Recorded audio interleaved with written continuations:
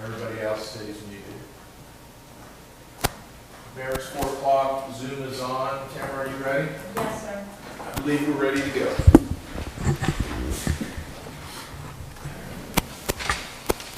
You need to be precise. 2:59. Oh, is it? Okay. I got 403. Now it is 4 o'clock. Welcome, Welcome everybody to the November 10th Town Council meeting for Beach Mountain. All in attendance, except Kelly Mullane is going to be doing on a Zoom. So we'll do a roll call every time we take a vote. Any questions? Great. We'll move forward. I need adoption of the agenda. So move. Second. Need a roll call. Kelly? Aye. Wagner?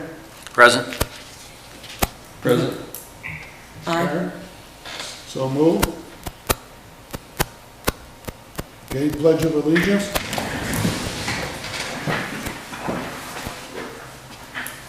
I pledge allegiance to the flag of the United States of America and to the republic for which it stands, one nation, under God, indivisible, with liberty and justice for all.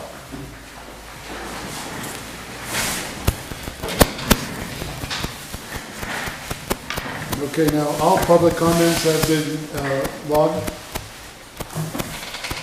Yes, Mayor, and I put a copy of all of them that were received by 5 p.m. yesterday afternoon in front of each council member. Okay, And they're posted to the minutes, and they will be on the website. great. All right, the consent agenda. I need a motion to adopt the minutes. So moved. Take a roll call. Aaron? Is there a second? Second. Thank you. Present. Aye. Yes, sir. Aye. Present. Abernathy, present. Then, adoption to the minutes has been approved. Old business, health insurance report.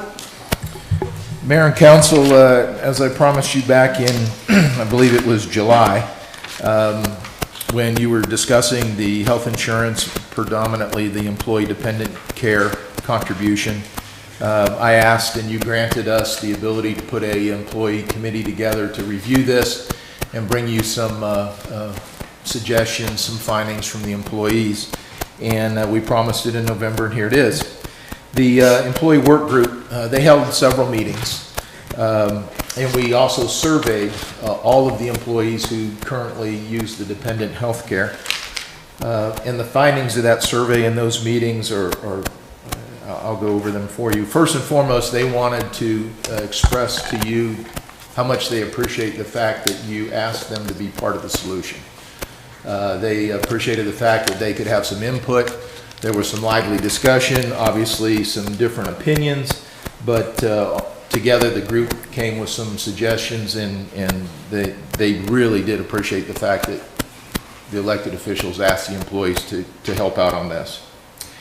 So the survey results, and the committee recommends to the council, they've agreed that an increase in employee contribution for dependent care is necessary, and they're willing to do that. They've requested that you consider increases to be incremental over a period of 3 budget cycles, and they would like to target a 35 to 40% contribution. They've requested that the plan be stable and not change every year. They're willing to pay more for good dependent health insurance, and they're willing to be part of the solution with the town. What they would like you to consider is not changing the plan every year or two. They felt that was extremely important.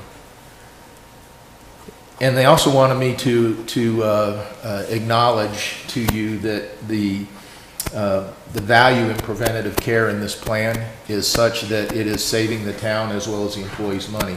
When the premium is lowered because of preventative health care by the employees, that benefits not only the taxpayer but the employee themselves as well monetarily, notwithstanding the fact that it hopefully makes them healthier. So the remote medicine, the teledoc, is an important piece of this plan through the league, and the employees have taken advantage of that. The employees have taken advantage of the wellness programs. And I've got some statistics in our last 8 months. We have a cost ratio. That's the ratio between our premiums and the amount that's been paid out in the plan is 68.4%. And the information we received from the league is that's very good for our first 8 months into the plan. And of course, we've got another period to go, a quarter to go. If we can get in around 70%, that's a win-win for everybody. The one thing we've identified is the employees have been using the emergency room, which is a higher cost both to the town and both to the employee. And we've encouraged them, now we've put out information to the department heads to share with their employees to try to use urgent care or teledoc, both to save the town some dollars and to save the employee some funds as well. Part of the issue was that there wasn't a clear definition of when to use the emergency room. So I kind of cleared it up for them. I said, share with the employees that if it requires an ambulance transport or should require an ambulance transport, then it goes to the emergency room. Everything else could probably go to urgent care or the teledoc. They wanted me to make sure that you and the taxpayers understood that the health insurance is a portion of the total compensation package that the town offers to the employees. And they feel it's important to note that this is what brings in good employees and keeps good employees, and they wanted me to make that point. So with that, what I will do is include this in our proposal to you at budget time in February, so that you'll have some numbers to look at and see how that works. If it's something that the council just doesn't want to entertain, that's fine too. But the employees were appreciative of the fact that they were asked, they participated, they worked really hard to come up with this recommendation. Chief, I got several questions. And I'm sorry, coming in through Zoom, is where is this based on current employee benefit proposal? Is that something percentage-wise that people put up? We have versus what typical businesses have up here? Typical businesses don't pay anything for dependent insurance typically. When you survey the business community, they pay usually a portion of the employees' health care. The town pays 100% of the employees' health care. The dependent care in the business community is not, I'm not aware of any company that does that in the business community.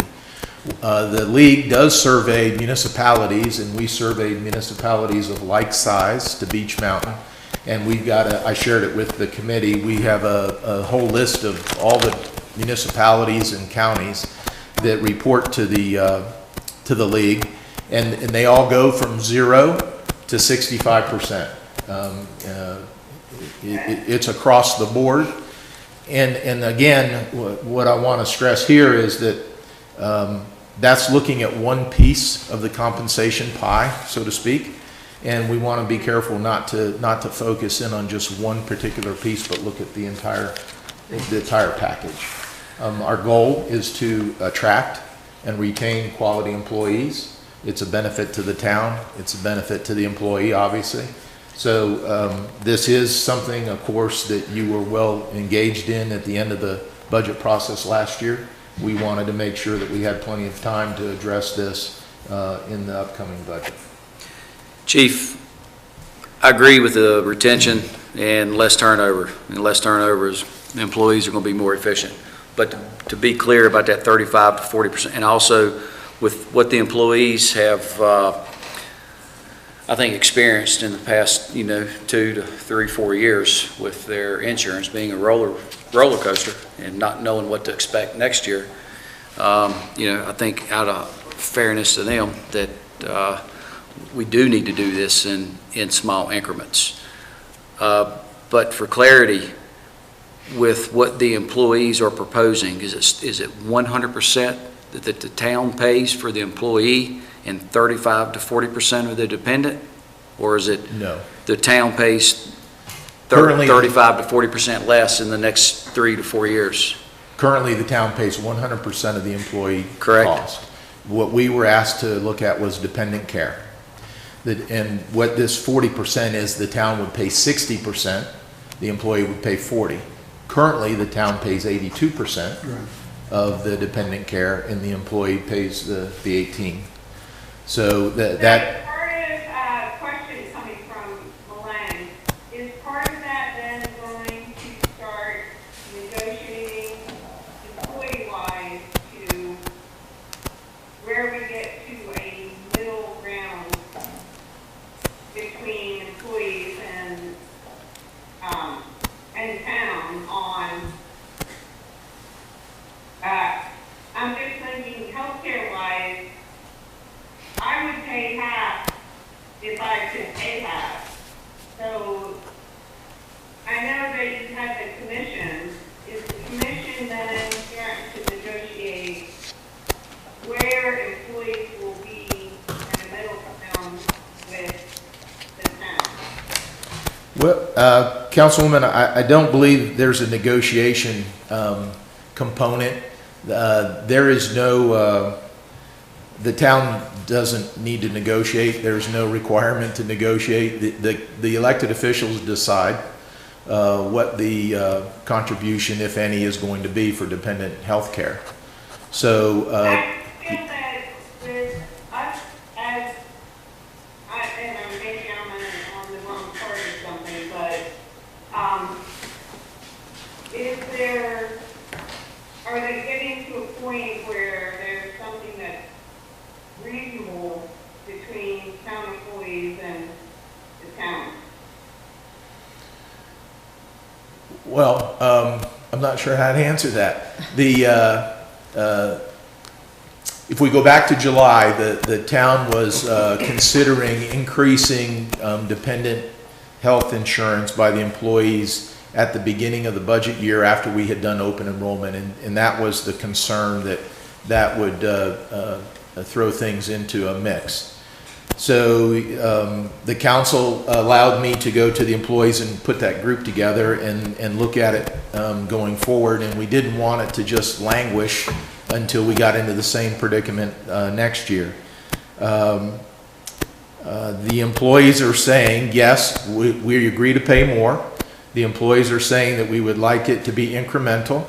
The employees are saying that they would like the plan to be stable and a quality plan. They don't mind paying for a quality plan. They're not making any demands. They're not, I didn't take it as a negotiation. This is, the council asked.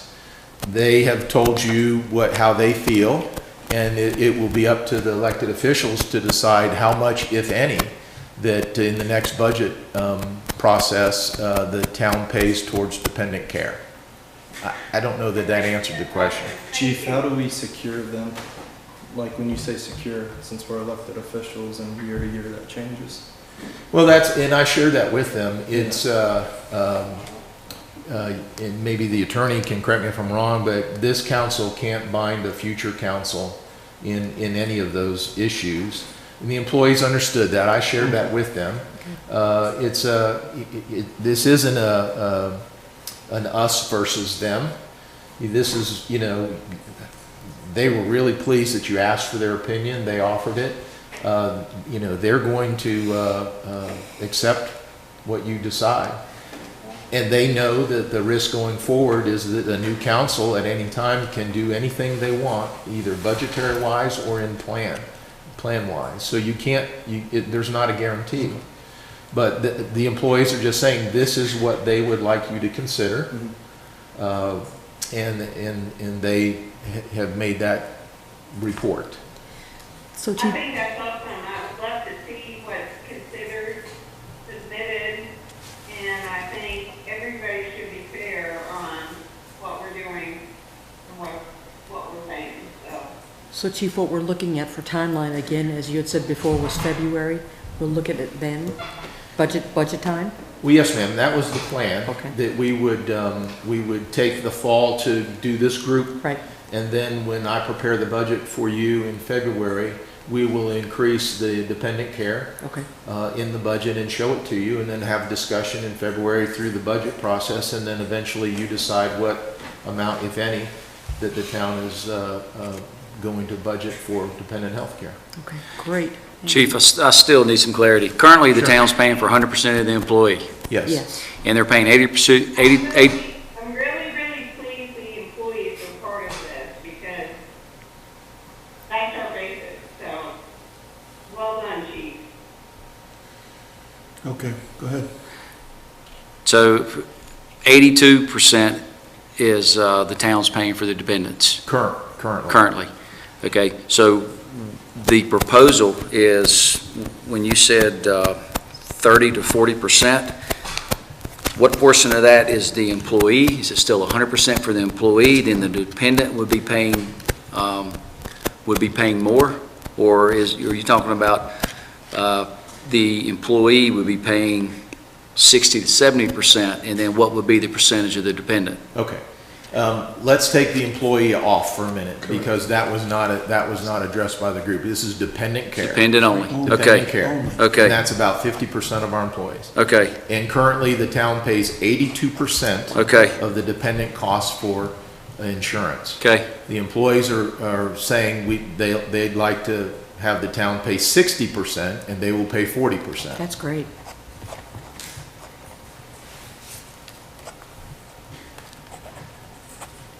Did that clarify? Yes, sir, it did. I want to make sure we're clear on how the numbers. We did not address the employee piece of the insurance. This was dependent care, and it's about 50% of our employees. All right, well, we'll have lots of time to Yeah. discuss this. You know, and for, We're throwing it, we have until sometime in January, February. I'm sure we'll have lengthy discussion on it. But this is a starting point. At least It's a great starting we point. feel that they understand. Now, the one question I have, are they satisfied with the insurance that we have now? Yes, that was part of the survey. They would like you to continue with this current plan, Okay, particularly with the wellness and the ability to control our costs. okay. Now, have we given them information on Ballard, In urgent Banner? care? Yes. And Banner Health, Yes. so that they know they have a place to go? Yep.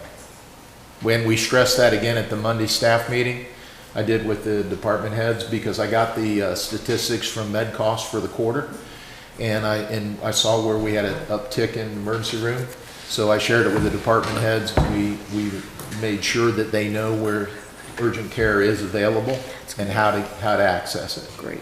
Because really, controlling the cost of using the system is just as important as who pays for it. It is.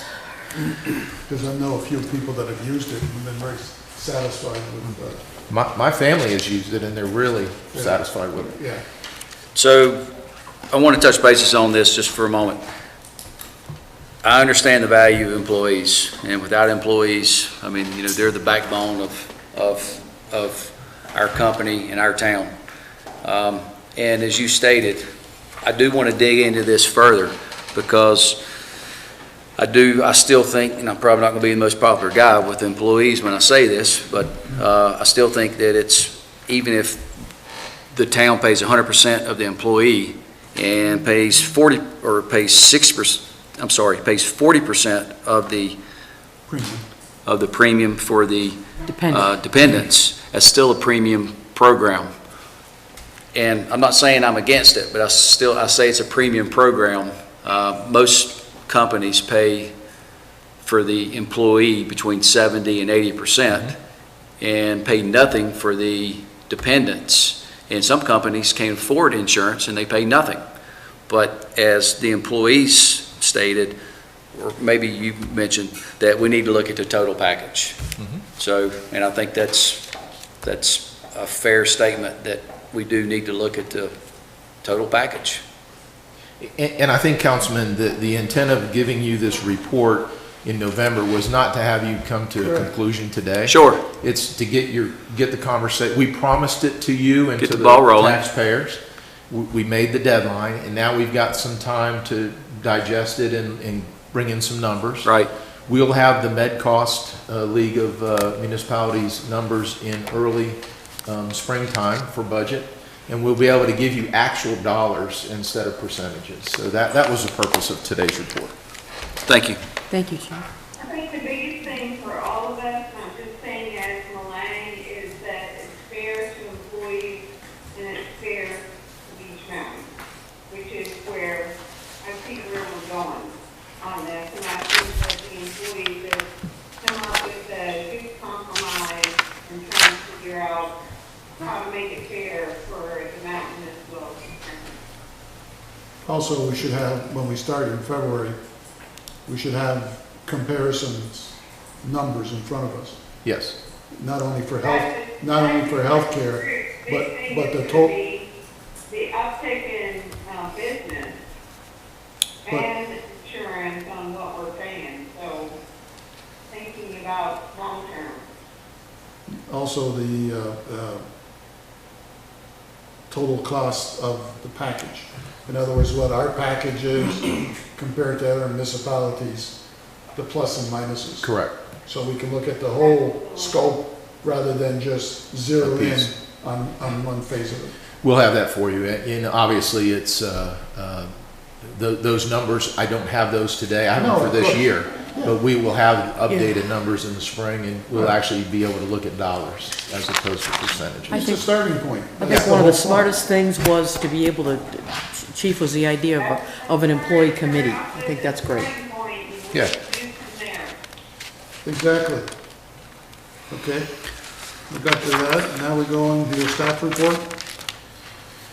Mayor and council, I've got the staff reports in. Before I do the manager's report, I don't know if you have any questions. I'd like you to at least take a look at the building department's report.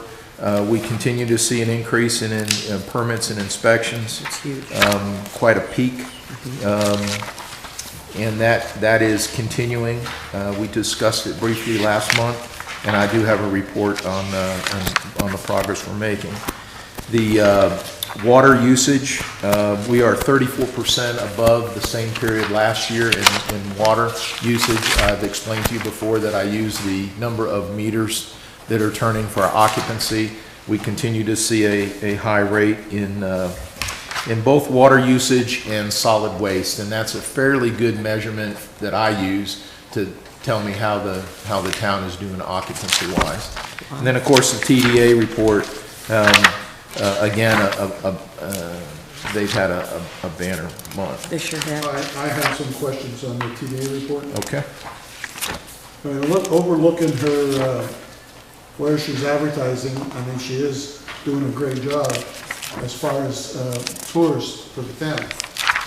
I guess my question is, we had a long discussion in the spring about economic development. At one point, she was supposed to give you a report, which I don't know if you ever got one, but we've never seen it.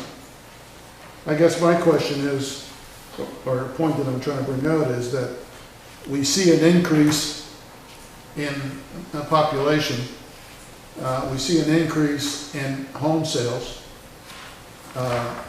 We have no idea, I mean, Kate can find out what age groups have been buying these homes and where they're coming from. So we can go out, Demographic that's been coming up has been young families. so we can go, They're now at the point of not doing the school thing.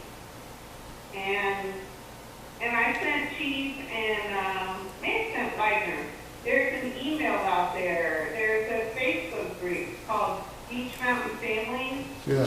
and it's all young families that have now made, which is great, Beach Mountain their home. Well, my point that I'm trying to bring out is, since we have all these different families coming, the demographics changing. And I think we should be going out with, in our economic development, in promoting that, because now we're not the same town. Second of all, we've opened Buckeye Lake Road, and we have Tennessee that we could be promoting, since when we had the opening, the people that came were so excited that they had a road to come to the town. So somewhere in there, I mean, she's doing a super job of bringing visitors to the town, but I think we have a second phase, which should be our economic development part of it. And I'd like to see a plan that, for 2021, of what her plan, or what she's gonna do to increase that. Okay. Mayor, you are correct. Kate and I have been talking about transferring the expenditures for marketing the mountain, because the mountain is full. It doesn't make sense to market bringing people up to buy houses and things when the inventory is so low, and transferring some of those dollars to marketing the mountain for business. And actually the TDA has been doing that. They've been involved in the blue building that is pending for sale, and making that happen. There's been some work with putting together properties as well as a plan to attract businesses to the community, and what the town may or may not offer them to bring up for economic development. The issue with the Buckeye Creek Road in Tennessee, there is a marketing plan almost completed, that it's the high-low trail, and it includes Watauga Lake, it includes Buckeye Creek. So those things are in process. I will get you a written plan to lay those things out.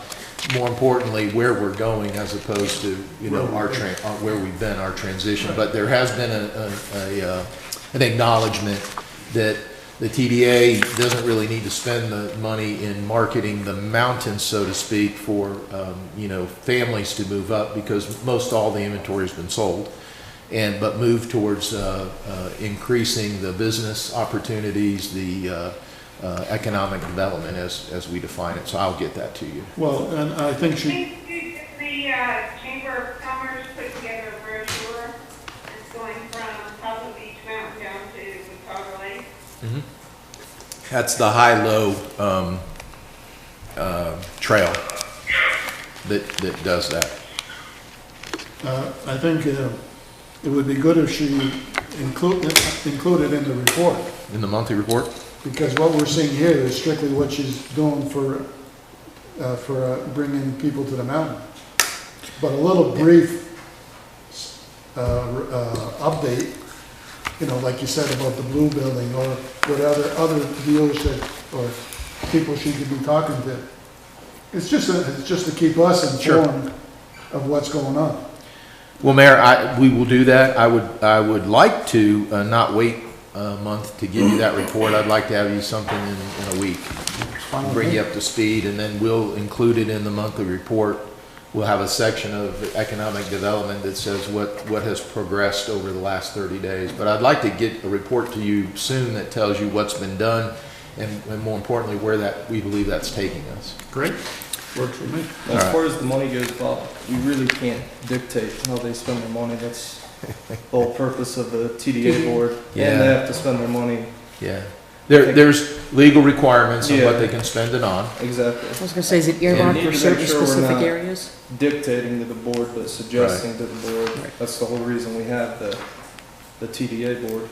Well, I have suggested to them, and regularly, that I could use some of these funds that they're bringing in to do some things in the mountain that are well within the legal requirements of the TDA. Okay. And they're funding some programs. I just don't want everyone up here to Yeah. think those dollars can be spent on whatever. They're Oh, no, legal yeah, requirements. they're legally encumbered, but there are a lot of things we can do to improve the economic development Oh, of the sure, mountain sure. through the TDA. Absolutely. Just one more question, have they put out requests for grants No, they have a meeting Thursday to discuss opening up their grant program again. I believe it's on the agenda. Kate spoke to me about it today. During the COVID, they stopped doing grants, but I understand that in their Zoom meeting on Thursday, it's on their agenda. Okay, because there's people waiting Oh, yeah. to do upgrades on their properties Yep. because they want, they'd like to get donations from the grants. Free money. I like it too. Is any part of the staff reports come in on the campground usage over at Shane Park? Yes, ma'am. I've got that in my manager report, but I'll go to that now. Shane Park is completed. The final payment is in progress, and we will have that completed here in about 10 days. We've had one overnight camper that spent the weekend there. The reports were that it was very nice. I think the quote was the nicest bathrooms they've ever seen in a campground. And so we've had our first, and we're beginning to market that, and Parks and Rec has got the process in place, the online registration, and we used this first overnight camper to test the system, and it worked well. Chief, speaking of Shane Park, the $20 fee, is that to camp there or is that to rent the facility? No, it's to camp there. There's no facility rental. Okay, It's to use the campground. okay. $20 per night, $20 per weekend, 2 nights, what? It's per night. Okay.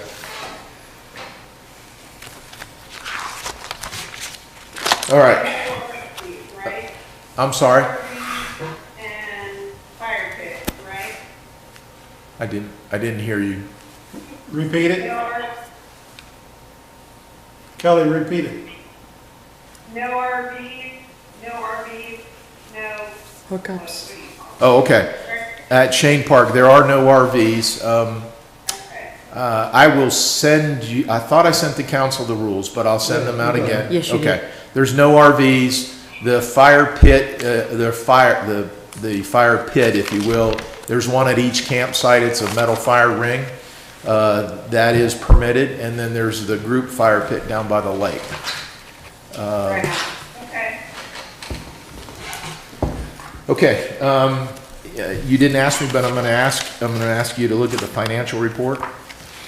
As I told you last month, that this financial report wouldn't look as rosy, and I wanted to explain to you and the taxpayers why, because it's out there. So if you look at the first page, general fund financial summary, we're at 25% as the benchmark.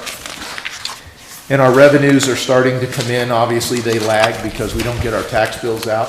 But September was our first month where we had a substantial amount of taxable income. So revenues are at 11.84, and I'm not concerned about that.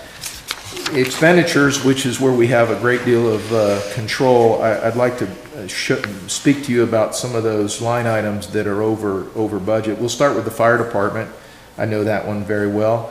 We're at 31.71%, and that's due to the North Carolina grant program where we purchase the equipment and pay for it in the beginning part of the year, and then we're reimbursed by the state. So as we progress through the year, that number will come into line. If you look at the planning at 59%, Right. that's the side path, that's the greenway.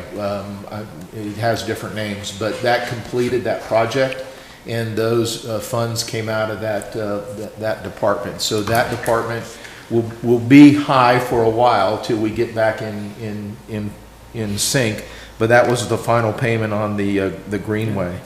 And then if you go down to road maintenance, Well, let's go to recreation. I'm sorry, recreation. Red above. It's the last one. Maintenance. Last one. You're at 50%. Oh, you jumped me. 50%, that's the Shane Park. We finalized Shane Park, and Recreation had $50,000 out of their budget into Shane Park, and that has been taken care of. Does that include the Upper Plum Creek? Upper Pond Creek walkway? Yes. Yes, it did. That didn't put us over budget. The difference in budget and recreation was solely the Shane Park completion, and that will come back into line. And road maintenance, which is just above recreation, that was the paving. We've completed the paving, and that number will stay high as we move through the year, because road maintenance now is going to be salting, graveling. We're grading right now, but I believe we'll be very close when we get to the end of the year. So I wanted to explain to you why. And our total expenditures are at 34.99 or 35%, so we're about 10% above our benchmark. And as we go through the year into December and January, you'll see those numbers come closer to the benchmark. Don't you think that in December, January, we'll see a reversal of these numbers? Well, I don't think you'll see a reversal, but I think what you'll see is they'll become closer. The spread will become closer together, and we'll get closer. When we get into the 33% benchmark, instead of being 10 points out, we might be about 8. You know, those will come in line. I know specifically for the fire department, that major expenditure is over and will not reoccur in the budget year. So that you'll see those come back into line. Road maintenance include paving? Yes.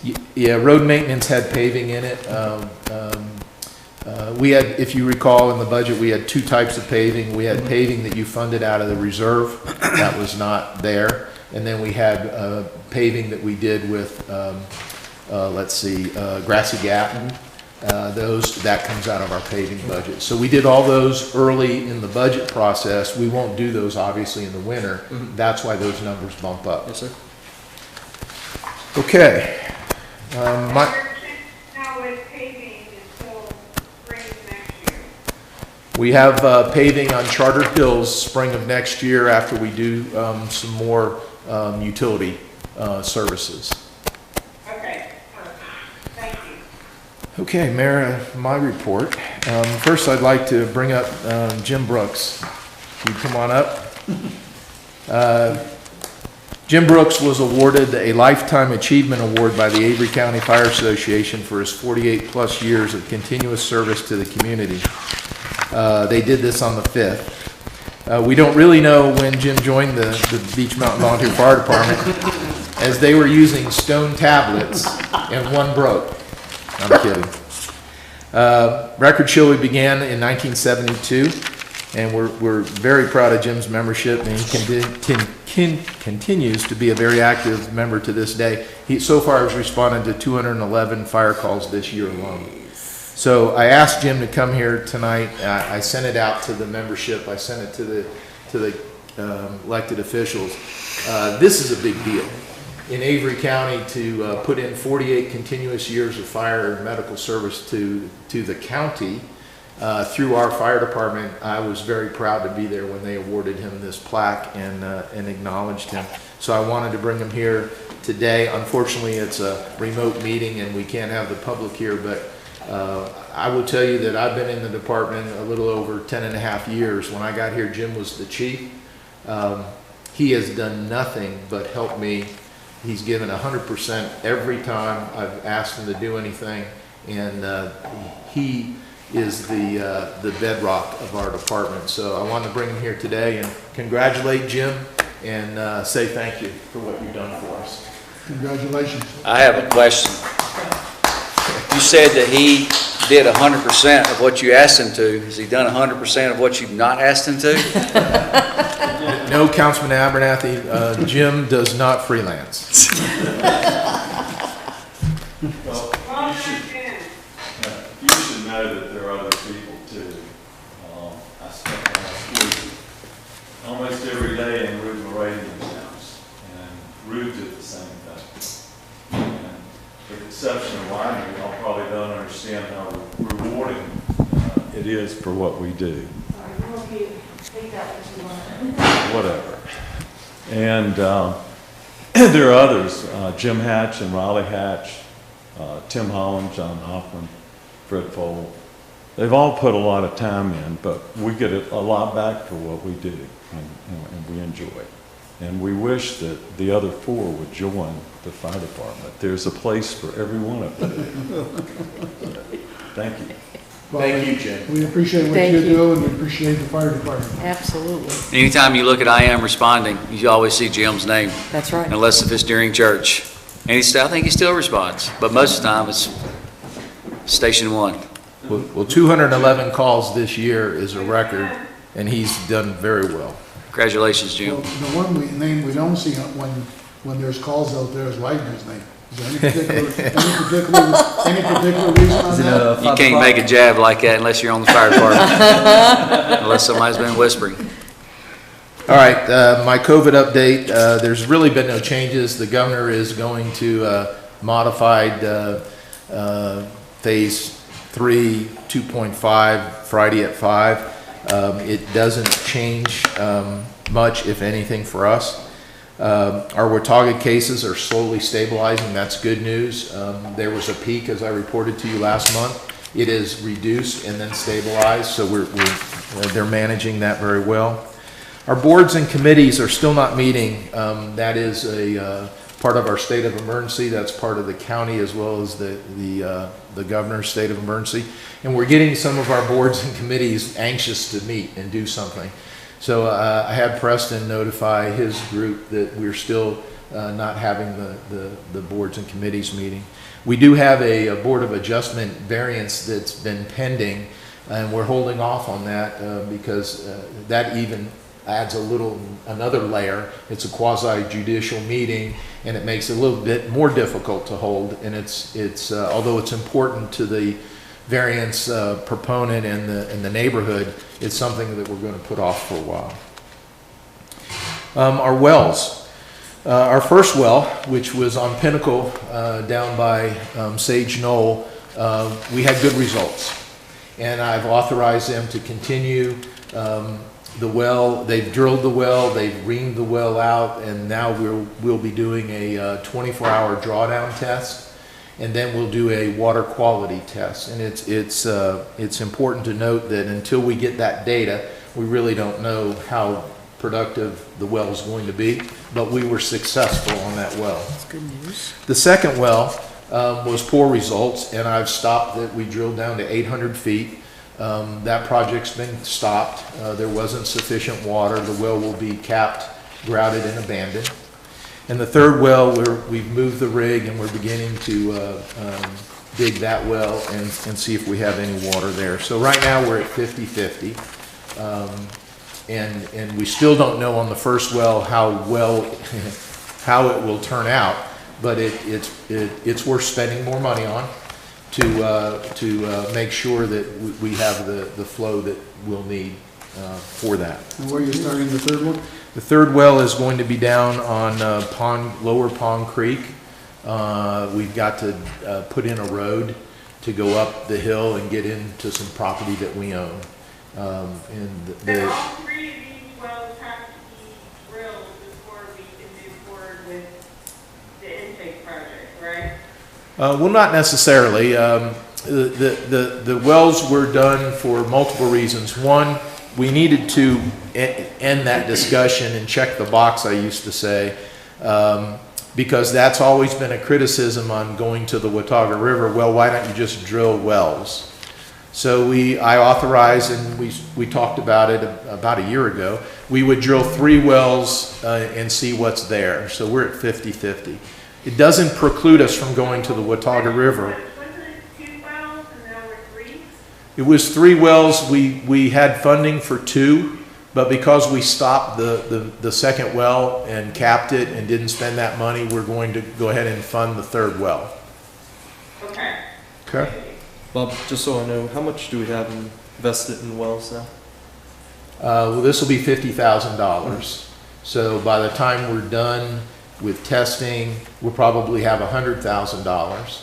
And then we'll have to decide what the engineering will be. Let's assume and this is a big assumption, let's assume that the well works out, we've got the flow, the water quality is good. Now we need to engineer the treatment and how to pipe it into the system. And that was estimated to be $250,000. Per well, if they per were well. successful. If it's successful. And right now, it's anywhere from 50,000 to 100,000. We'll spend $100,000 by doing this exploratory as well as the drawdown as well as the water quality. For 3 wells or per each well? No, for the, we've done 2. We haven't done the water quality yet, and this 3rd well will run us about another $48,000 Okay, I'll follow. to dig it. So I think we'll have about $100,000 invested before I come back to you for a decision on how you want to proceed, if at all. Okay. Chief, so the Watauga intake project is going to be approximately $20 million, correct? Non-intake or just even the well, if there's any water? Councilman, I didn't hear you. I'm sorry, so proceeding forward would be sticking with the wells or moving forward with intake? Well, we're doing both. We have a parallel track. We're going to do the wells. We'll see where they lead. We've been working diligently since February on the Watauga River intake, surveying, and engineering and planning. Okay. Councilman Abernathy, I'm sorry. That's all right.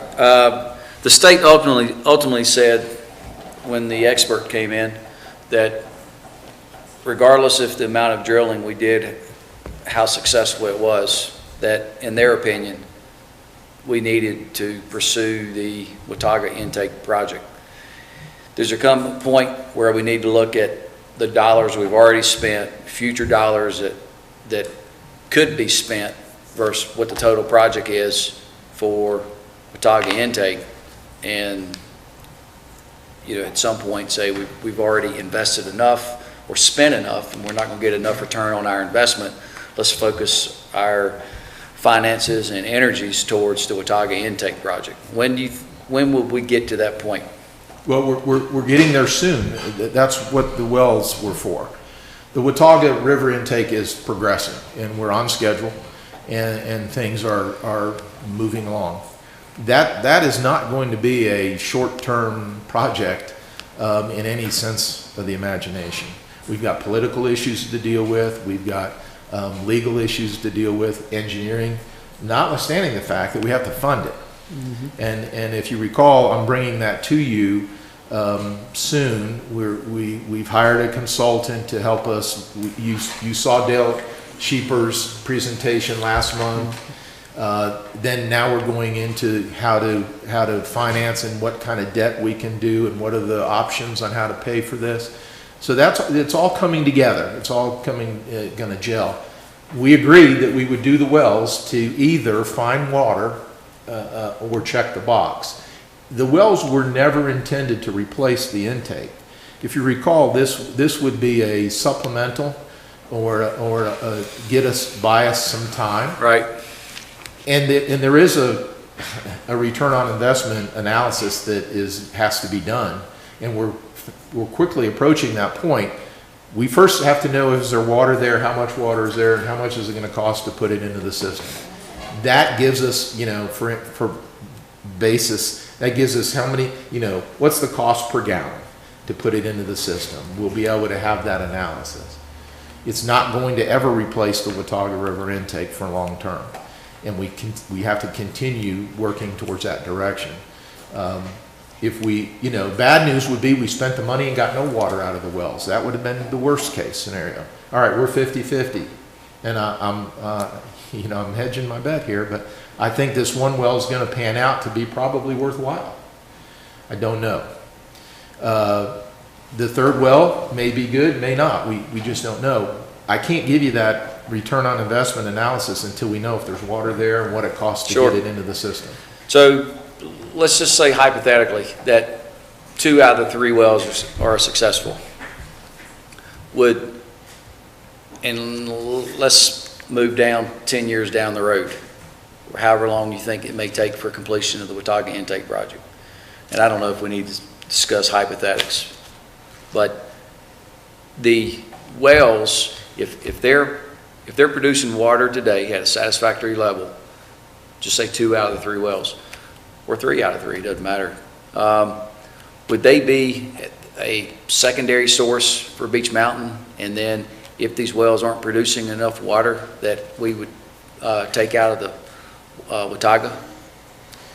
Yes, if we complete the wells and do the Watauga intake, and there will be times during drought where we'll have to take water out of the Watauga. That's what our plan is. The wells will reduce that amount of time. If you recall, the cost of construction is a fixed finite, and we've been estimating $20 million. The annual cost of operation to pump the water is high. So the fewer days we can draw from the Watauga, the fewer days of energy cost we have. The wells would help us reduce those number of days. If you recall, we estimated 60 days per year we would need water out of the Watauga, out of the Watauga River. So let's say the wells hypothetically can hedge us, we could get that down to 45 days. That's all money in the bank if we don't have to run the pumps and draw the water out of the Watauga during a drought. I don't know if that answered the It does. question, but that's, Yep. this is a hybrid approach Sure. to our water needs. Question that comes from taxpayers is how much more their water bill is going to be based on work in this project.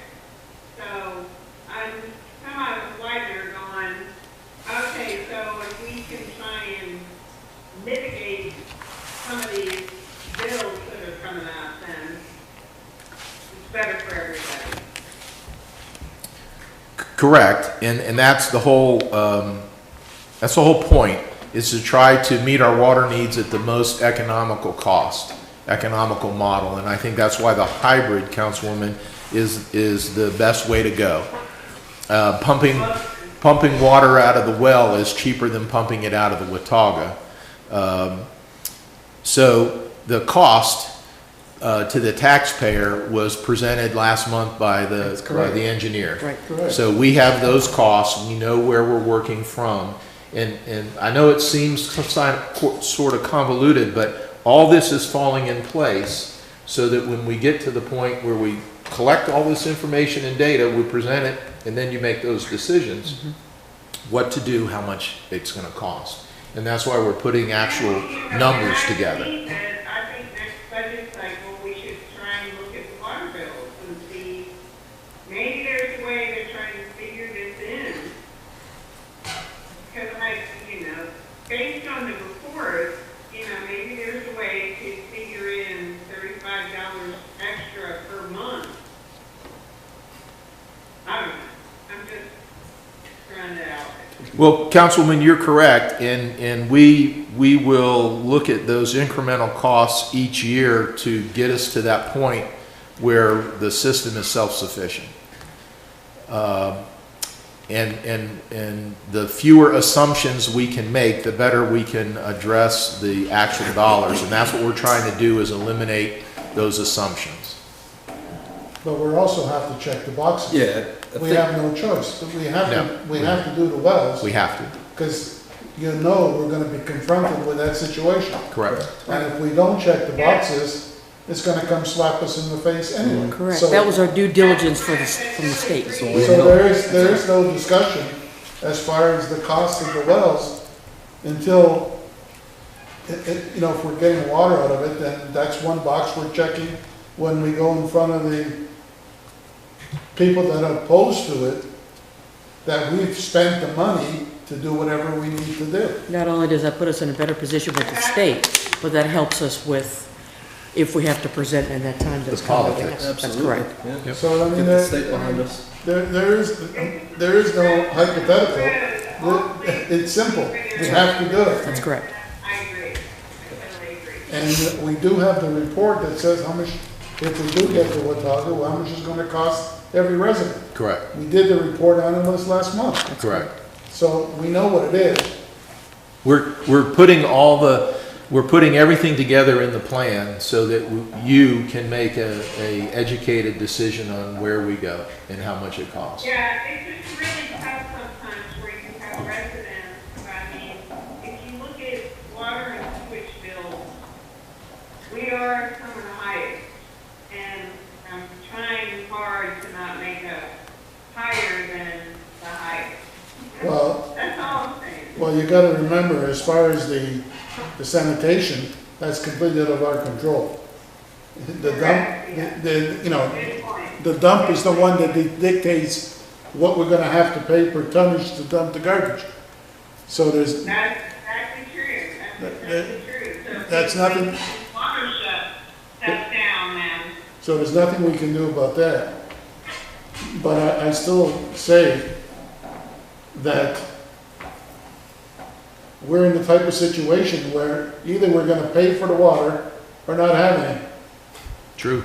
So, you know, that's true too, but we're gonna pay for the water and then we're gonna pay extra for the water and just make sure that we're not moving stuff around.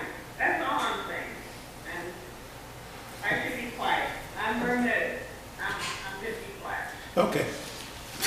Well, we want to make sure, and you want to make sure, that the cost of the water is as efficient as possible.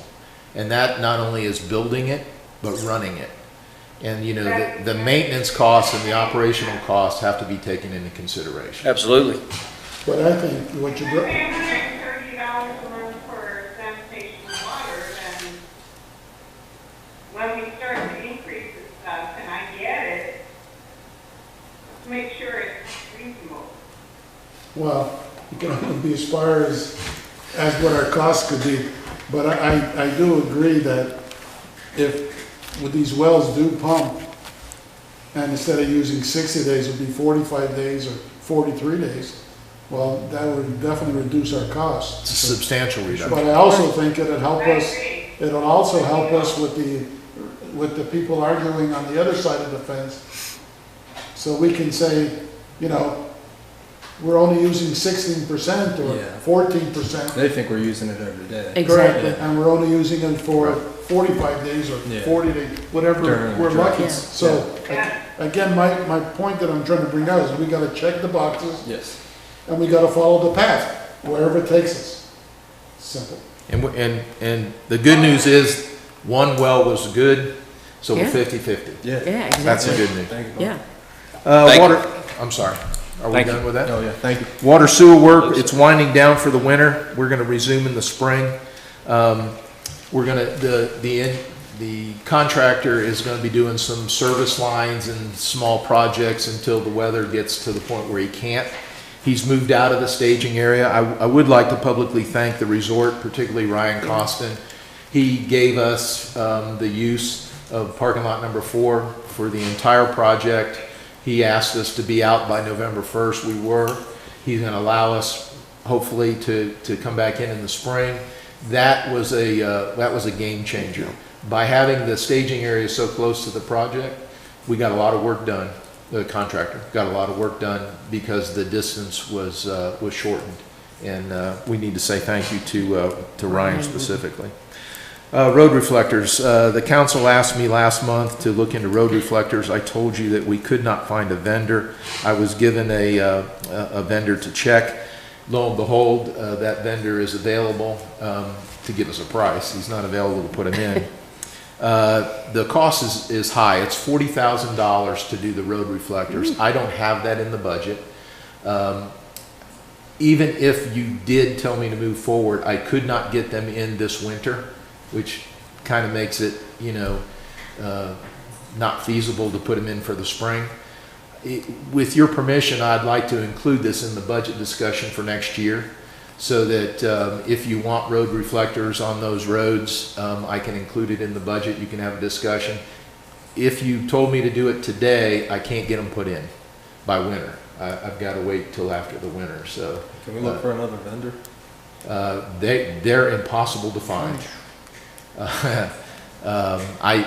We worked all summer looking for anybody, and I was kind of embarrassed. I told you last month that we couldn't find one, and then I was told to go check with this one. And lo and behold, he's got the machine, he's got the reflectors. He came out and measured. Everything was good. He gave me the price. It was kind of, you know, oh my God, it's $35 a reflector for the initial install. But quite frankly, I can't fund it this year unless you tell me to, and it would require a budget amendment. And if you did, I can't get him in. He just physically can't get the work. So with your permission, I'll move that to next year. I'm in favor, obviously, of the road reflectors. I think it's nice on foggy days to be able to follow the yellow lines, but if we can't get it in this year, then, it's a moot point. Right. And, I think everybody, when we Next do our wish list, so, we can put it on the wish list and then we can prioritize it. Totally agree. And That's what we need up here, we just can't see in the fog. Right. I think if it's just an absolute emergency, which this isn't, we need to stay away from budget amendments. I agree. Yeah, Yes, sir. 100%. I can't, totally agree. I couldn't fund it currently. Do we need a motion to do this? No. Or just kind of move forward? No, No, with your permission, I'll just include it. I'm sorry I didn't get it before the summer, but I didn't have a vendor until, Bob, have you checked with anyone in Tennessee, any of their vendors? we checked with DOT, in fact, because DOT Yeah. has these done, and their vendor was not available. And it wasn't until I got a vendor handed to me that we called, and lo and behold, All right. that's what they do. It's not my approval Yes, sir. to do it. All right, Public Works Facility, the good weather this fall has allowed for good progress. We're weather tight now. The roof, the doors are in. We've got plywood on the windows. We're putting heat in this week. That's great. Site work is going well. It's well underway. We put in the first rough layer of pavement. We've poured most of the concrete. The compactor pads are in, and the first layer of pavement is around those. Water Tank Road has been paved. The first 2 inches was paved all the way up to the project, but then we had an issue where our new catch basins were sticking up above the pavement. We had a great plan until we saw it, where now we couldn't snowplow without tearing out our catch basins. So I authorized them to go up halfway up to the dog park and finish that pavement to protect our catch basins. So that's been done. We've tied into the brick oven pavement. That's been completed. So now most of the work will be inside the building, and some additional site work is going along. We've had a problem. Do we plan on striping that? Yeah, it does get striped, but Off-road paving go. I'm sorry. No problem? Oz Road, no. Oh, Oz Road paving? No, that's complete. It's great. I think we have to stripe the top circle Correct. because of the construction. Okay. Back at the Public Works facility, the Pinnacle Inn has been negatively impacted with debris, mostly plastic, styrofoam from the unpacking of the panels, and it's been blowing onto their property, and it's been blowing into the trees. The contractor has a daily detail where they go up and put ladders in the trees and take the materials out. We met with them yesterday, and they're well aware of it, and we're trying to do everything possible to mitigate that impact to the Pinnacle Inn. So the entire road now going up Pinnacle Ridge through Otis Road now is paved? It's complete. That paving is complete. Okay. All right. So we don't have to worry about any type of chatting or gravel. It's all salt then going up Pinnacle Ridge to, Yes, it's all paved, it's all striped except for the circle, and we will use salt and snow plowing and pushing on that road. okay. And as far as, I know that halfway we did the whole residents paid half and we paid half, but I think you kind of just sucked it up and paid for it, right? The town funded 100% of the paving of Oz Road. Okay, cool. All right, awesome. All right, on the convenience center, I want to bring a change to you. I had told you back in July that we wanted 6 months of operations and I would bring you some changes, and that's not due till January. But with the private short-term rental, which is the VRBOs and the Airbnb, and the fact that ski season is quickly approaching, we have an issue that we really haven't been able to resolve. And it's an issue with the private short-term rentals, and it's their business model, quite frankly, conflicting with the changes the town made. And there's been a lot of angst on both sides because they meaning the private short-term rentals, have difficulty getting their placard to their renter and getting it back. And so we've been encouraging, we have 7 options. We've been encouraging them to take one of those 7. And for the most part, we've had good, I don't want to call it compliance. They've said, okay, you forced me, we'll do this, or we'll do that, or whatever. And there's been some great ideas out there, but we still haven't solved the problem. So I'd like you to consider something I'd like to institute before Thanksgiving. Predominantly for the short-term, private short-term rentals, but it also, I think, will get 2 birds with 1 stone, because we do have residents, permanent residents, not rentals, who lose a placard or 2, and then, as you know, the cost to replace it is $288. And I have a lot of people come in here very angry at me because they're only going to be here for 6 more weeks, and they don't want to pay for $288 for a placard. And they don't want to leave the garbage in their bin, and they don't want to put in a bear-proof bin, and it's been a problem. So what we'd like to propose is a single-use pass that is sold here at Town Hall. It's a laminated pass that we'll keep track of. I have a picture of it here. And how this will work is we'll sell these here. And you're going to tell me how much here in just a minute, in bulk. And the private short-term rentals, this idea actually came from Mariah North, number 3. Let me get his name right. Yeah. He came up with this idea, and I told him, no, that won't work. And then we talked about it, Brian O'Connor. And then we talked about it, made some modifications, and they've got a good idea. So I think we should try it. So we'll sell a laminated single-use pass, as many as they wish to buy. So if you're a private short-term rental, you come in here and buy 10 of them. And then you leave those with your instructions, however many you want to leave. If someone's here for a week, you leave 2 maybe, or if it's a weekend, you leave 1. Your renter, they want the renter to take the trash to the recycling center. So your renter takes the trash in this pass and turns it in to the attendant. The attendant collects it, and you can dump up to 5 bags at a time with that 1 pass. And then that pass, the attendant turns back into Town Hall, and I resell it again to the next group. So you can buy as many as you want. It seems to be another option. We're not going to lose money on it. I think it will eliminate some of those issues because no one has to get the pass back. The second piece that it will solve is that person, resident, who doesn't have their permanent placard for whatever reason, and they only want to use the recycling center or convenience center maybe a few times in the remaining of the year. They can buy as many of these as they want. They turn them in with the attendant. They throw their 5 bags of garbage, up to 5 bags, and I think it's going to make them, I think it's a possible solution. So what I need is your permission to do this and set the fee. We're recommending a $5 fee per placard.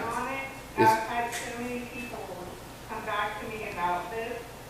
I think the business cards with the dates on them for rentals will eliminate, all they do is rip them up and throw them away.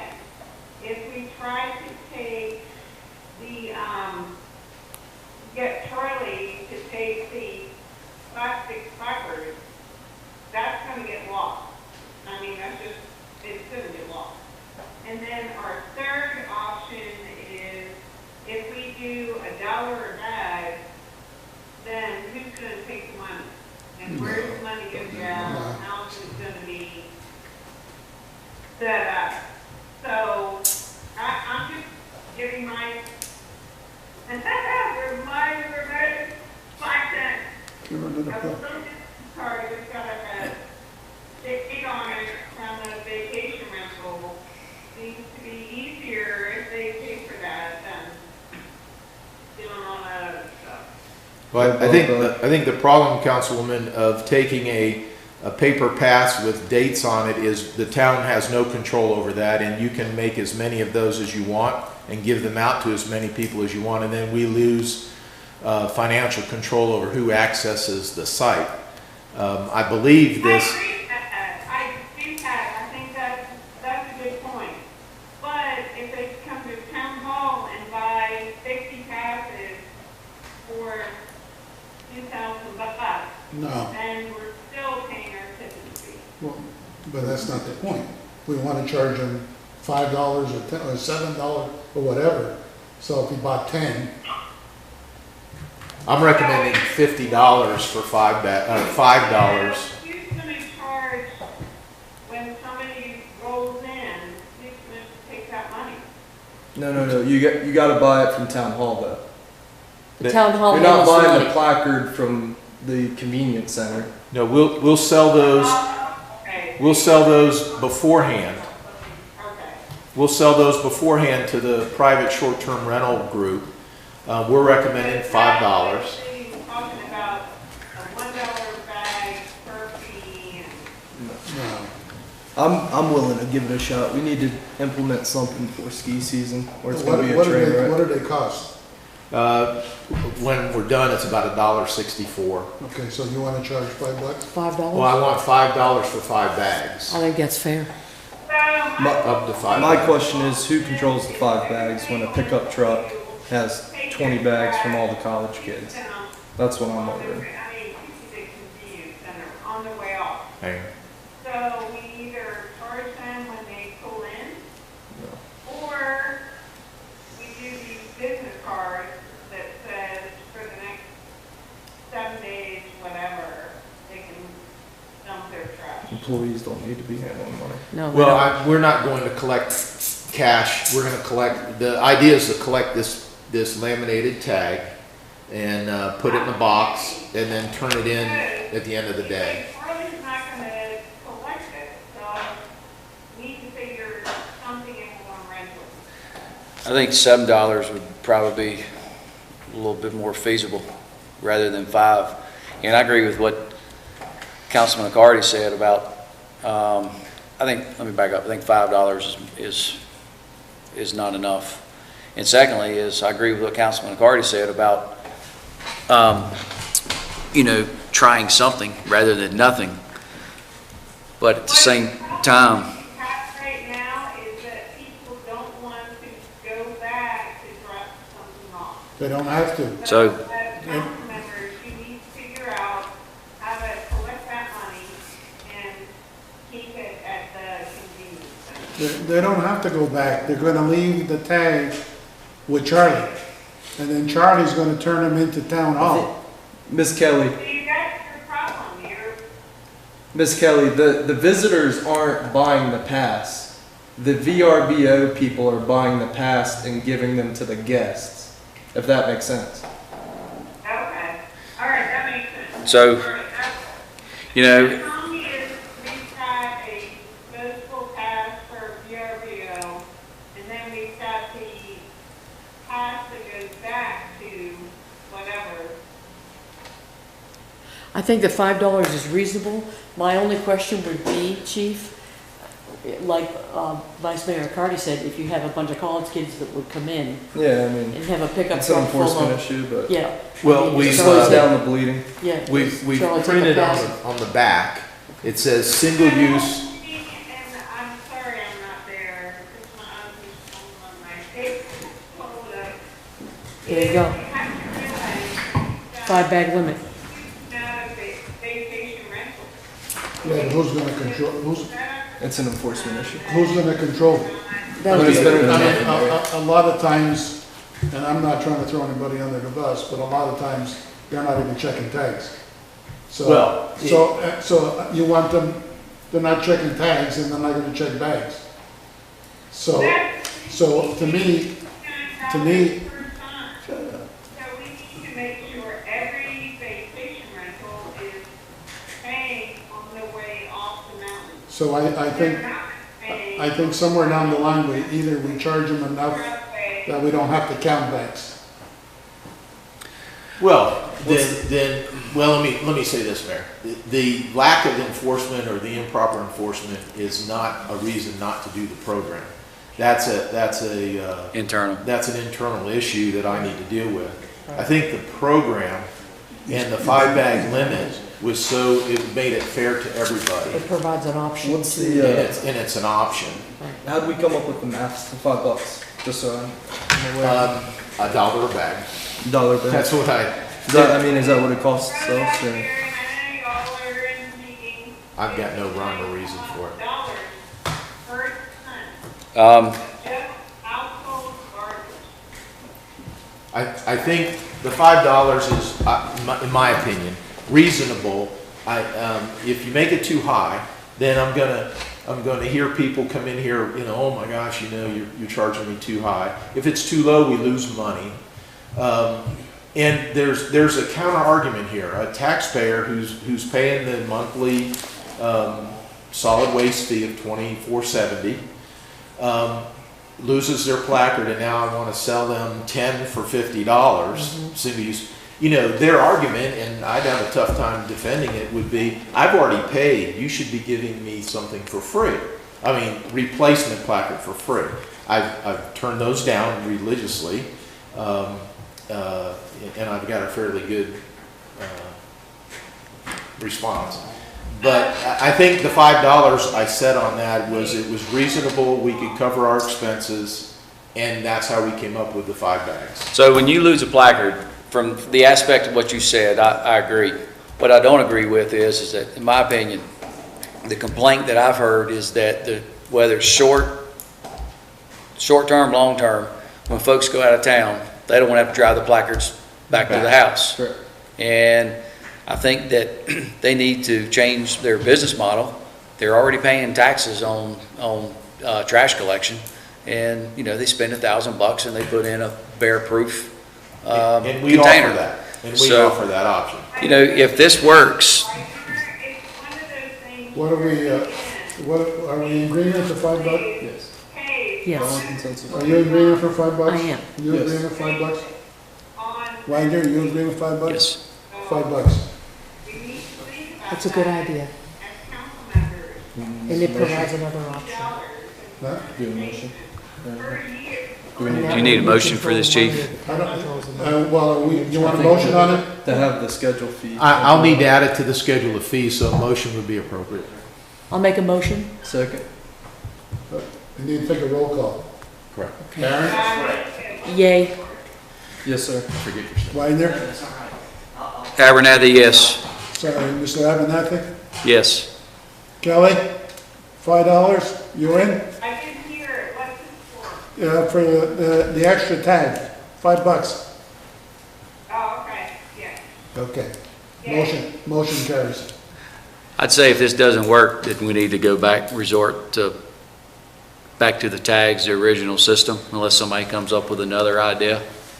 I don't want to shoot anything down, but I agree with you, Council Abernathy. The simple solution would be to put in, if they're renting and they're renting their unit, whether it's a home or whatever, they need to put in a bear-proof. I think that's the easy way to go. Obviously, that's not working. Right. You've got 1,200 houses up here that are not going to comply. Correct. So So we're gonna this, have to come up with some type right, of so this solution. very simply gives them another option, and Yeah. we'll see if it works.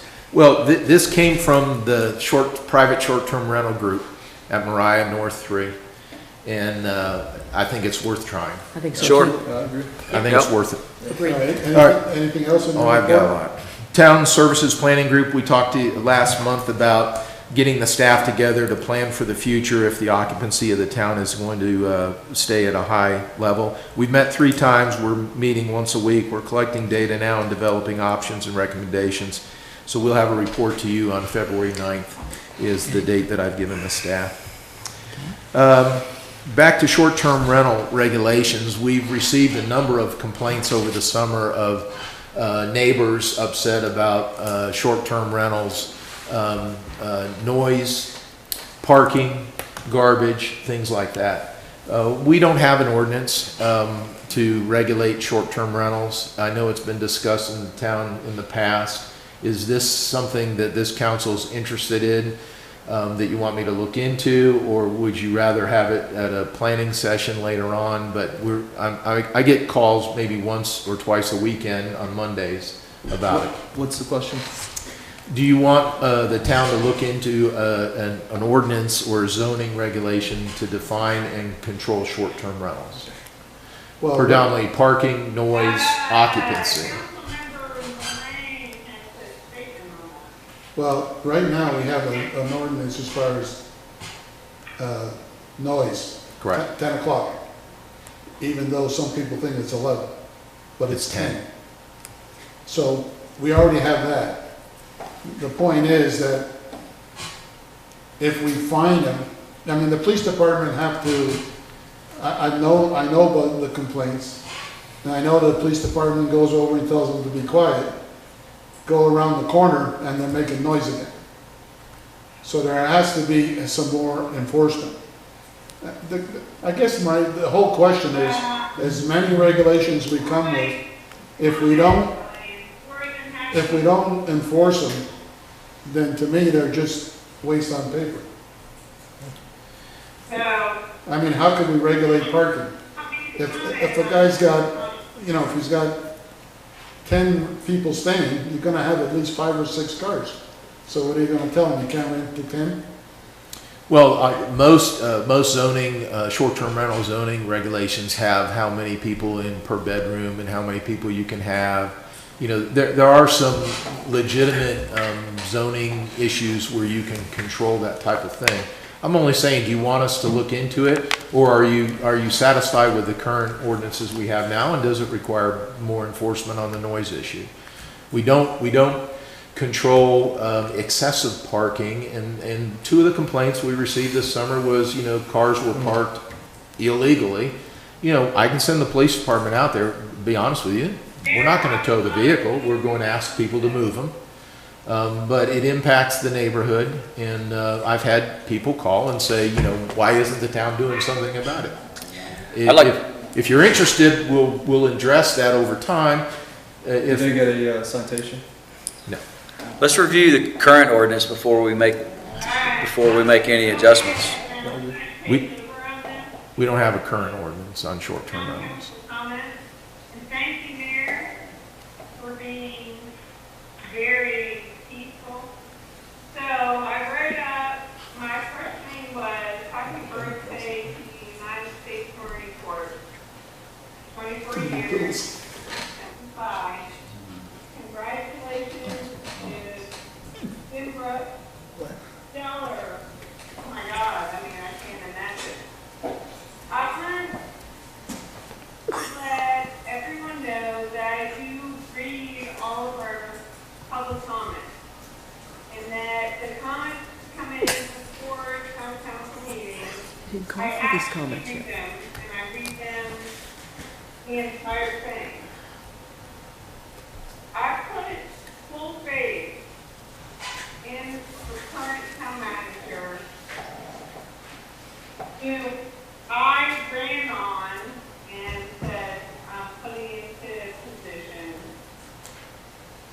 We as council let the town manager run the town, then sometimes have items come into question for town council. As an elected official, we can agree and disagree with those items. That's the whole point of elected officials. This does not mean we don't hear members of our community. We trust our town manager to take care of those items. I just put it in on change, and I'm saying change. We also cannot make new legislation that only affects a small part of our town versus our entire town. Again, we were elected on the people that live here, not all communities.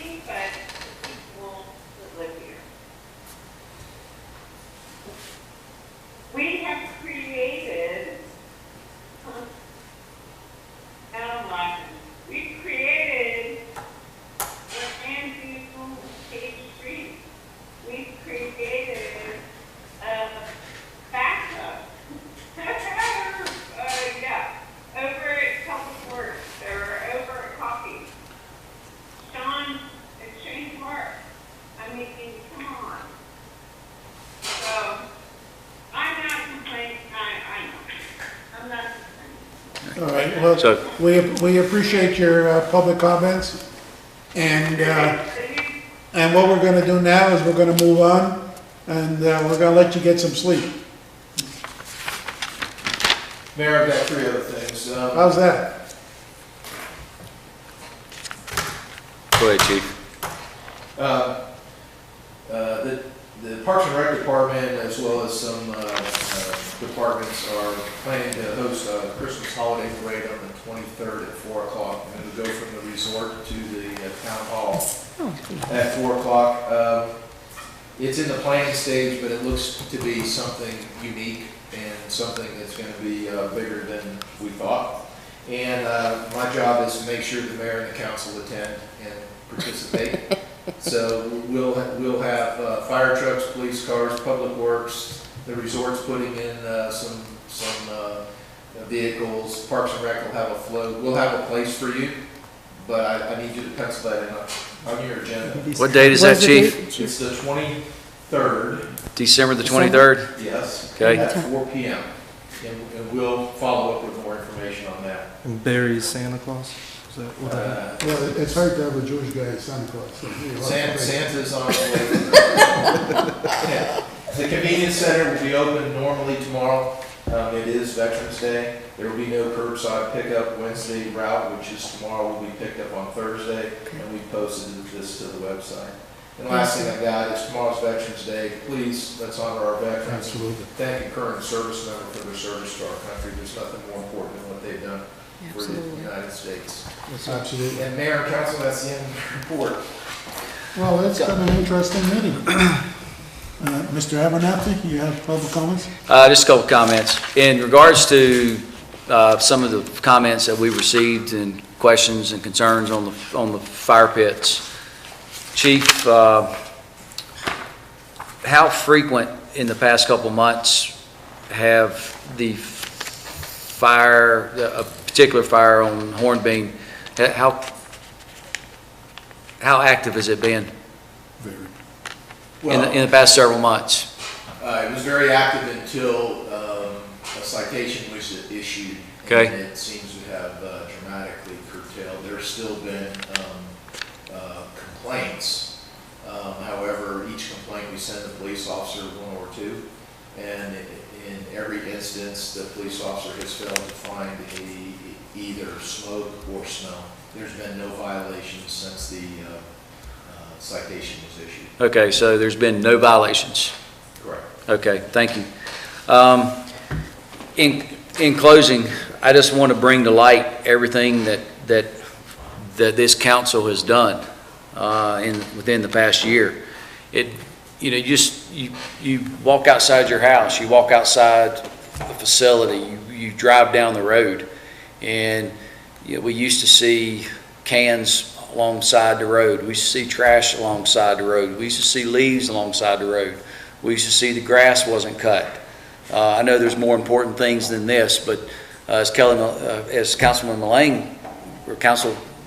Mullane said earlier, she ran on a couple things, and it keeps getting better. It's a constant moving target, and we can't take our eyes off the target. I think our morale is much better. Our infrastructure is heading in the right direction. Between the road paving, the striping, the landscaping, the roadways, we have initiated some dialogue with our healthcare costs in addressing this. So, I think we're definitely, I know we're heading in the right direction.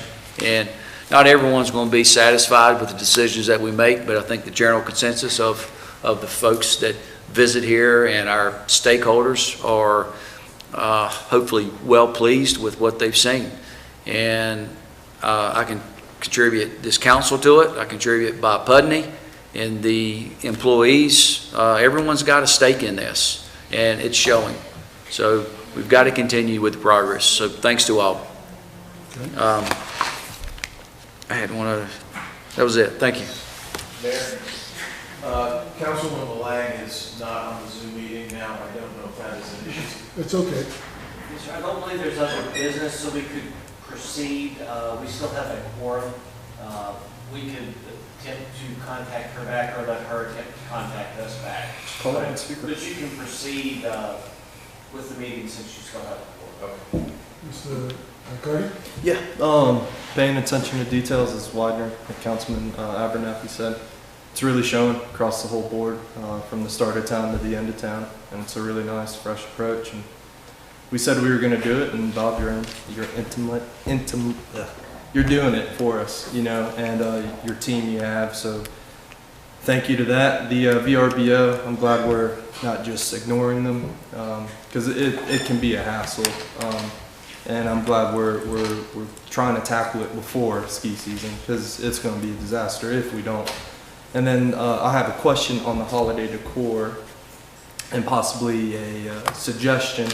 Are we planning on putting up the Christmas ball and Old Man Winter and all that? And my question is, if we do, when we take it down, do we have a subdivision within Public Works or the Rec Department that can take care and store our investments? Because I'm sure the TDA, maybe not this year, but in continuous years, as Susie's getting ready to retire eventually, we've got to have a sustainable light show throughout the mountain. Yeah. So obviously these pieces are going to keep coming, maybe not as large, maybe smaller, but what's the plan for that? Okay, the ball is being repaired. If you recall, at the end of last season, it had some major light failures.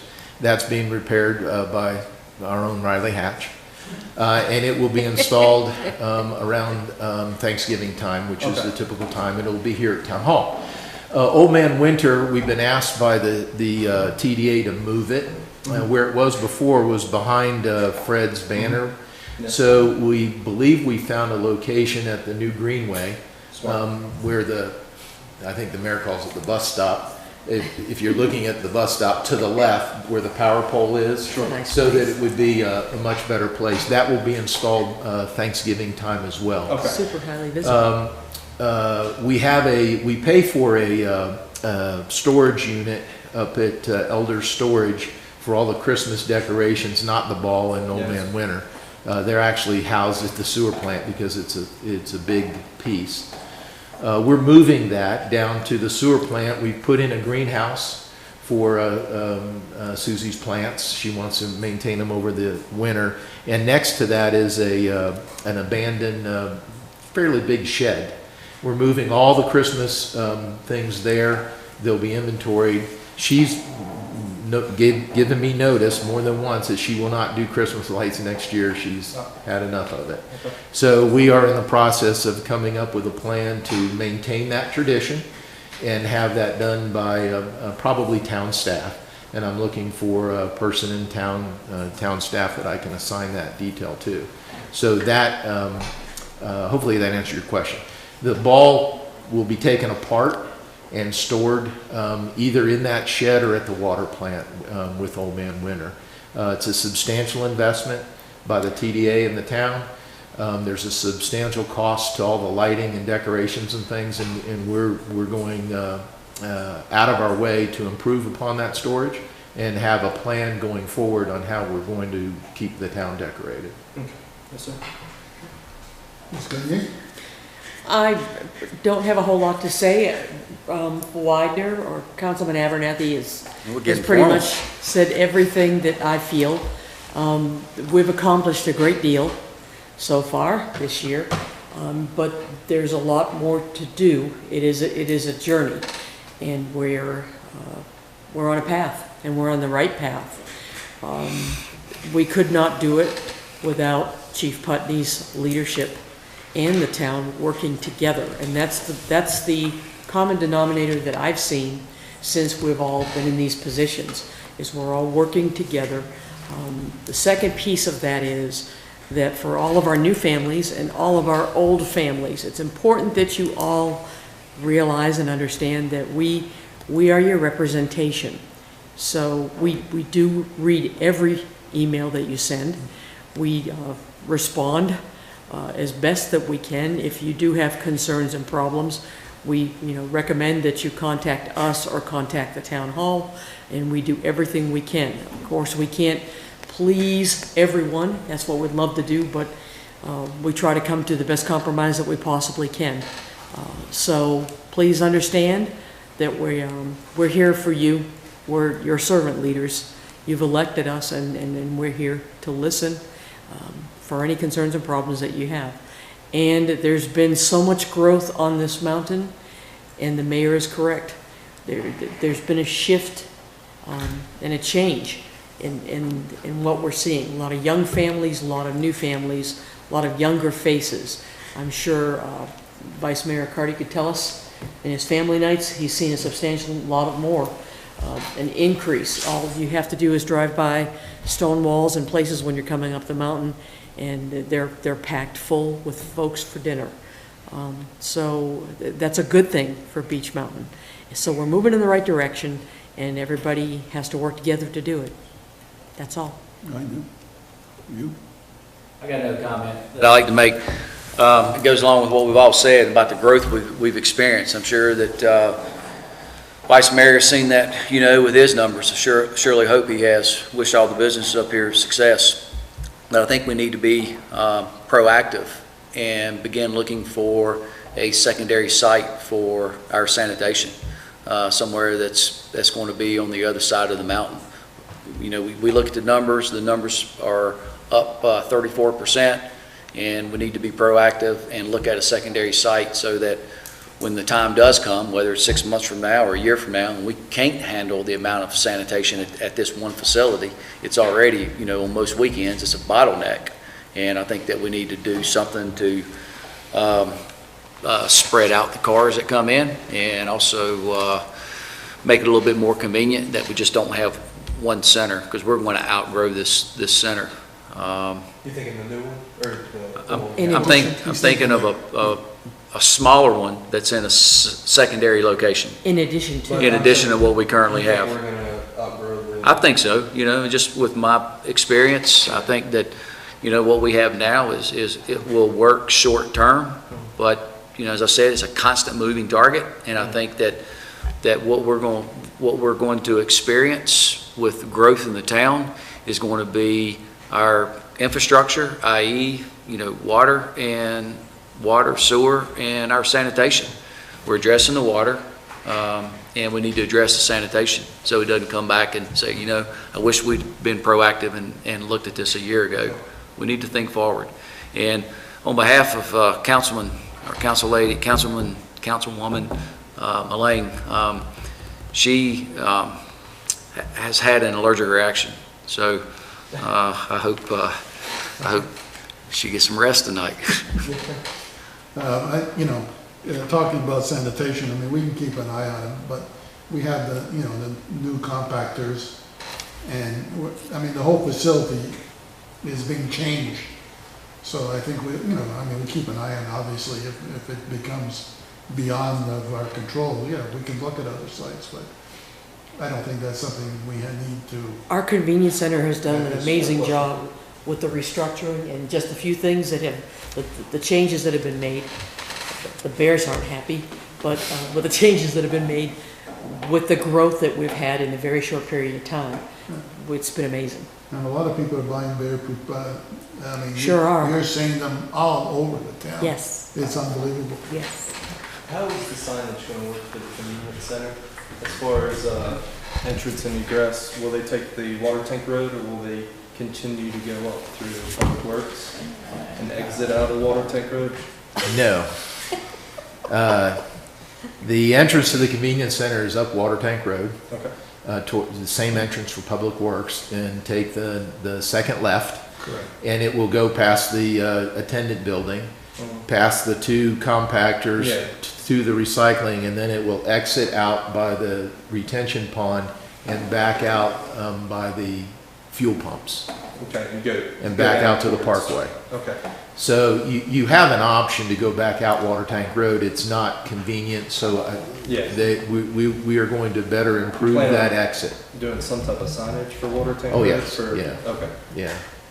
It's tight. It's a tight Yeah, site, it's- and but that's the flow. Okay. I have a couple comments. Since Winter Road has now been closed, they put up the gates. a lot of people have been using Village. And I think as far as town vehicles is, I think the town vehicles should be going around, not going down, not using Village. I've been getting complaints about traffic, speeders, speeders. And if we can limit the flow of traffic going down Village, I'd like to start with our own town vehicles. If that, We can do that. if that would work. Second of all, and I know Aaron has been on this website, there's a website, Beach Mountain Families. Community Web Club. Is it Beach Mountain Families? Family's been in, there's one that's club. I saw some of your postings on it.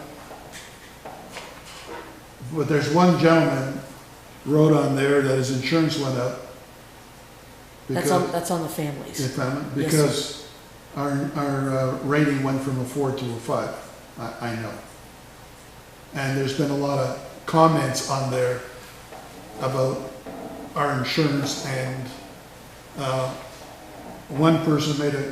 somebody from the fire department made a comment that you better hurry up and get your fire extinguishers and be prepared because maybe the fire department isn't efficient enough. This is stuff that's being posted. And I don't normally, for me to comment, to respond to that. I know you did. Yeah. I've read it. I don't normally comment, but it was misinformation Oh, I that agree. was stated.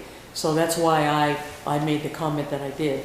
I also didn't tell Chief Putney because I knew that, yeah. Well, I knew would be a it, good thing. but I I think, do know the gentleman that did respond, and Yeah. actually it was a volunteer fire person. right. And they were right. They did give some factual information.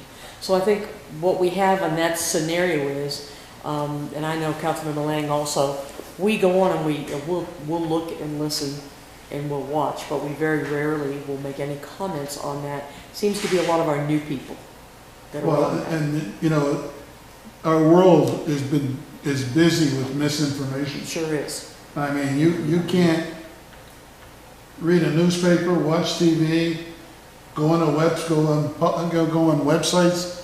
I mean, there's so much misinformation. Mhm. So all I'm trying to say is we need to be proactive Exactly. when there's misinformation put on there that needs to be corrected. Exactly. Because a lot of those people that are on that website are from Old Beach. And Right. that's where it's coming from. It's good for networking, but there are terrible disadvantages with that misinformation. Right. So, So you're right. this is something we should be, all of us should be paying attention to. And then when this misinformation does pop up, we need to correct it. We just can't stay silent about it, Yeah. to be honest with you. Or send it to me and I'll get the information out there. You know, on the insurance rating, Mayor, we post that on the website. It's fairly common knowledge, and it's easily found. I don't know how that got Well, misinterpreted.